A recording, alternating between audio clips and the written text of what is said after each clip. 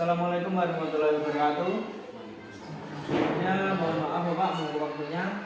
Kami dari Universitas Negeri Malang ingin melakukan observasi tentang kurikulum pendidikan. Sebelumnya perkenalkan, nama saya Dr. Satu Najib, saya dari absen 9.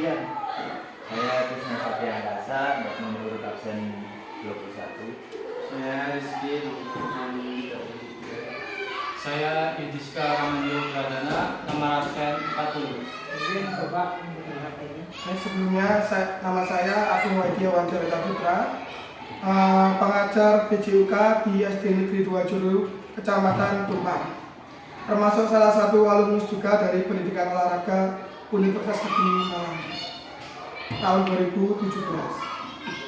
Baik, terima kasih Bapak. Sebelumnya izin bertanya tentang kurikulum pendidikan. Menurut Bapak, bagaimana sekolah ini menyesuaikan dengan perkembangan zaman dan kebutuhan siswa? Ya, yang pertama mungkin untuk penyesuaian kurikulum dengan perkembangan zaman. Ya, yang pertama yang paling dibutuhkan adalah relevansi materi yang harus relevan dengan perkembangan era sekarang. Selain itu juga harus ada pengembangan keterampilan, di mana pengembangan keterampilan itu harus ada dan harus menyesuaikan dengan era sekarang, abad 21 ya kalau sekarang ya, eranya digitalisasi. Setelah itu harus ada fleksibilitas atau fleksibel, di mana suatu kurikulum harus fleksibel dengan keadaan yang ada sekarang ini. Misalnya ada masa pandemi atau masa yang mengharuskan kita untuk daring, kita juga harus fleksibel menyesuaikan dengan tantangan yang ada di zaman sekarang ini. Bisa menggunakan namanya blended learning, bisa menggunakan learning maupun learning atau kemajuan teknologi yang lainnya. Setelah itu harus ada evaluasi secara kontinuitas, baik secara portofolio, baik secara mandiri proyek ataupun yang lainnya. Nah, setelah itu harus ada perbaikan berkelanjutan. Harus ada evaluasi. Setelah ada evaluasi, bagaimana kurikulum ini apakah sudah sesuai dengan zaman yang sekarang, harus ada evaluasinya, harus ada perbaikan berkelanjutan.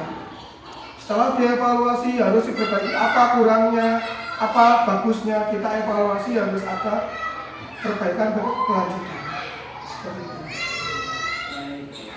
Berarti kalau daring itu pakai project gitu ya Pak ya? Seperti video gitu ya?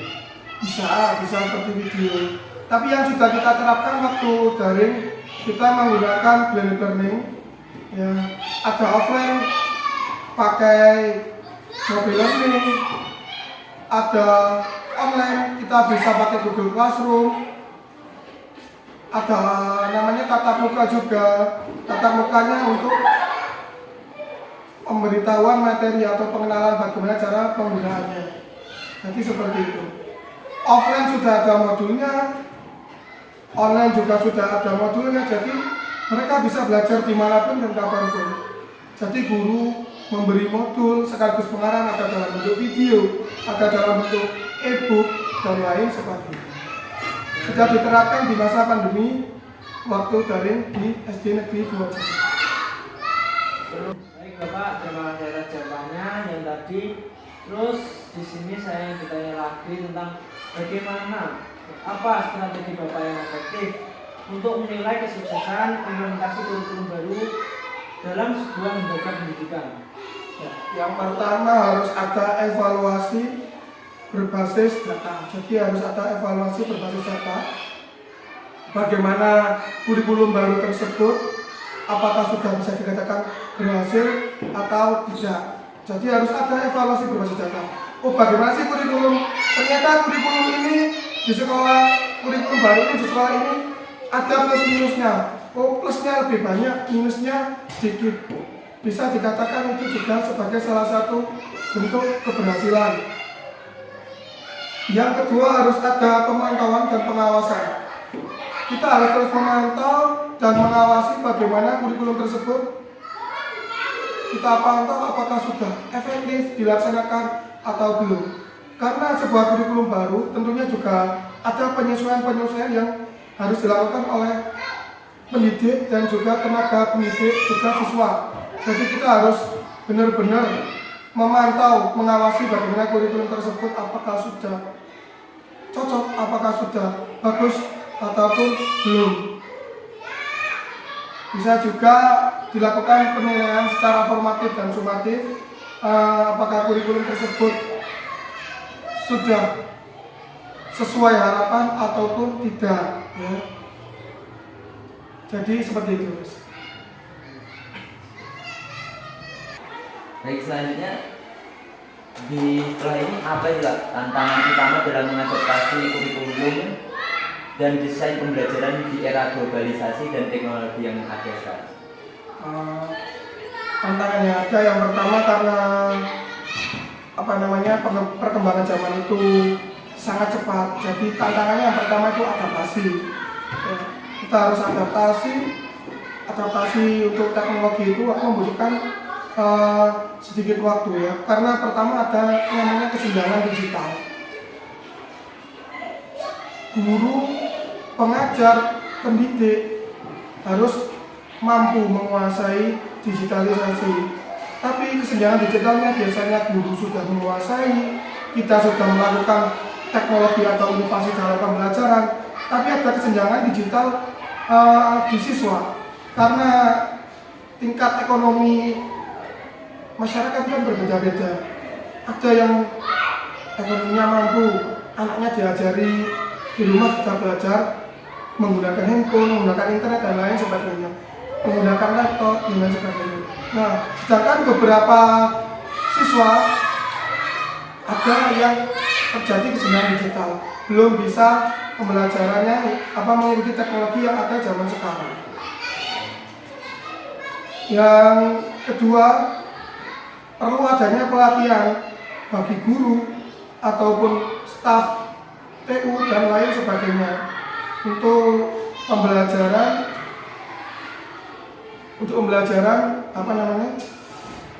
yang menggunakan teknologi zaman sekarang. Jadi seperti itu. Bagaimana sih Pak cara mengatasi kesenjangan tersebut? Nah, untuk mengatasi kesenjangan tersebut perlu diadakan pelatihan, sosialisasi. Nah, untuk siswa, kesenjangan untuk siswa di sekolah sudah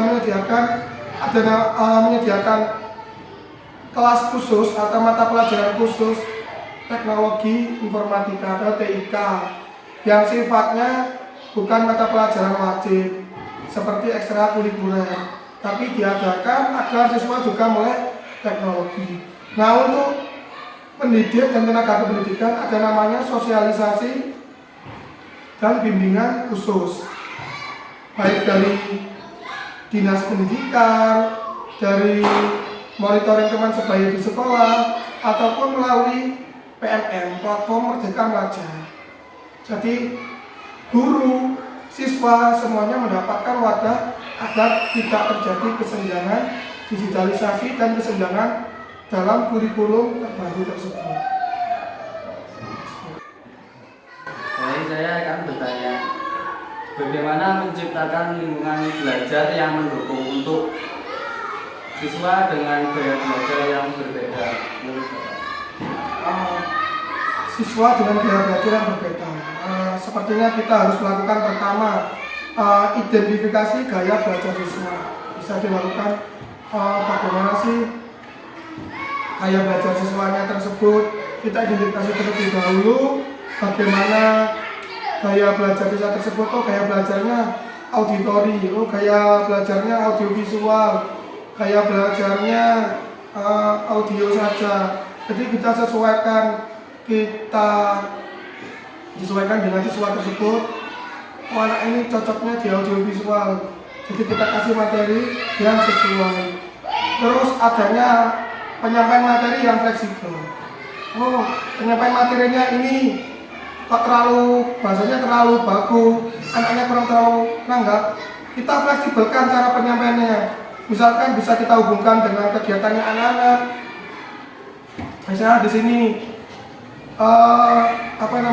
anak ini kalau dikasih tahu materi gerak dasar lokomotor itu apa, berpindah tempat nggak tahu, kita kasih cara yang fleksibel, kita bicara yang fleksibel. Misalnya kalian ikut kesenian bantengnya lari, bantengnya berpindah tempat, oh itu namanya gerak dasar lokomotor. Jadi seperti itu, fleksibel, penyampaian materinya fleksibel, kita sesuaikan dengan kondisi dan lingkungan kita masing-masing.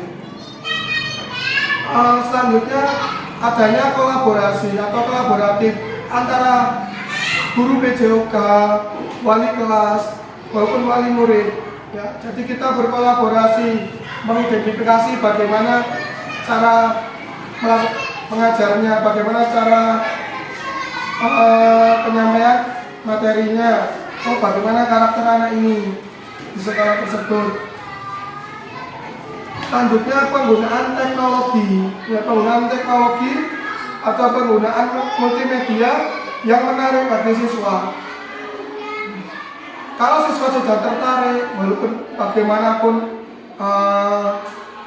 perbedaannya, kemungkinan siswa itu lebih cepat untuk menangkap materi yang kita berikan.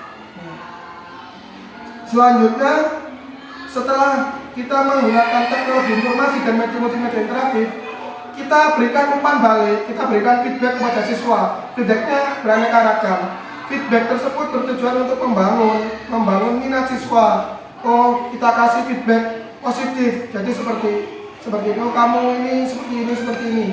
Kita berikan feedback yang bervariasi. Jadi siswa juga merasa senang juga dengan adanya feedback tersebut. Baik, selanjutnya Bapak, saya ingin bertanya, apa kendala Bapak dalam menerapkan kurikulum Merdeka? Kendalanya yang pertama kan kita masih tahap awal, masih fase A dan fase B. Jadi masih di kelas 1 dan kelas 4. Untuk kendala yang ada selama ini, yang pertama adalah penyesuaian dengan istilah-istilah baru. Penyesuaian dengan istilah-istilah baru tersebut, misalnya di modul ajar, yang dulunya rancangan pembelajaran, terus adanya beban administrasi yang berlebih di guru. Kita harus mempelajari banyak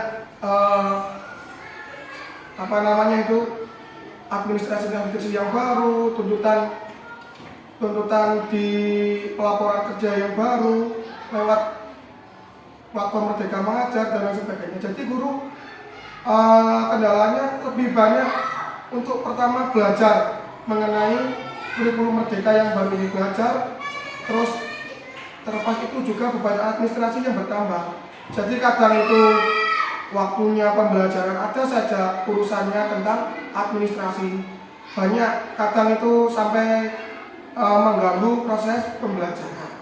Jadi seperti itu kendala. Baik, terima kasih jawabannya Bapak. Selanjutnya saya ingin bertanya, menurut Bapak sendiri dalam proses pembelajaran penjas di sini lebih efektif menggunakan kurikulum Merdeka atau kurikulum yang setelah diterapkan sebelumnya?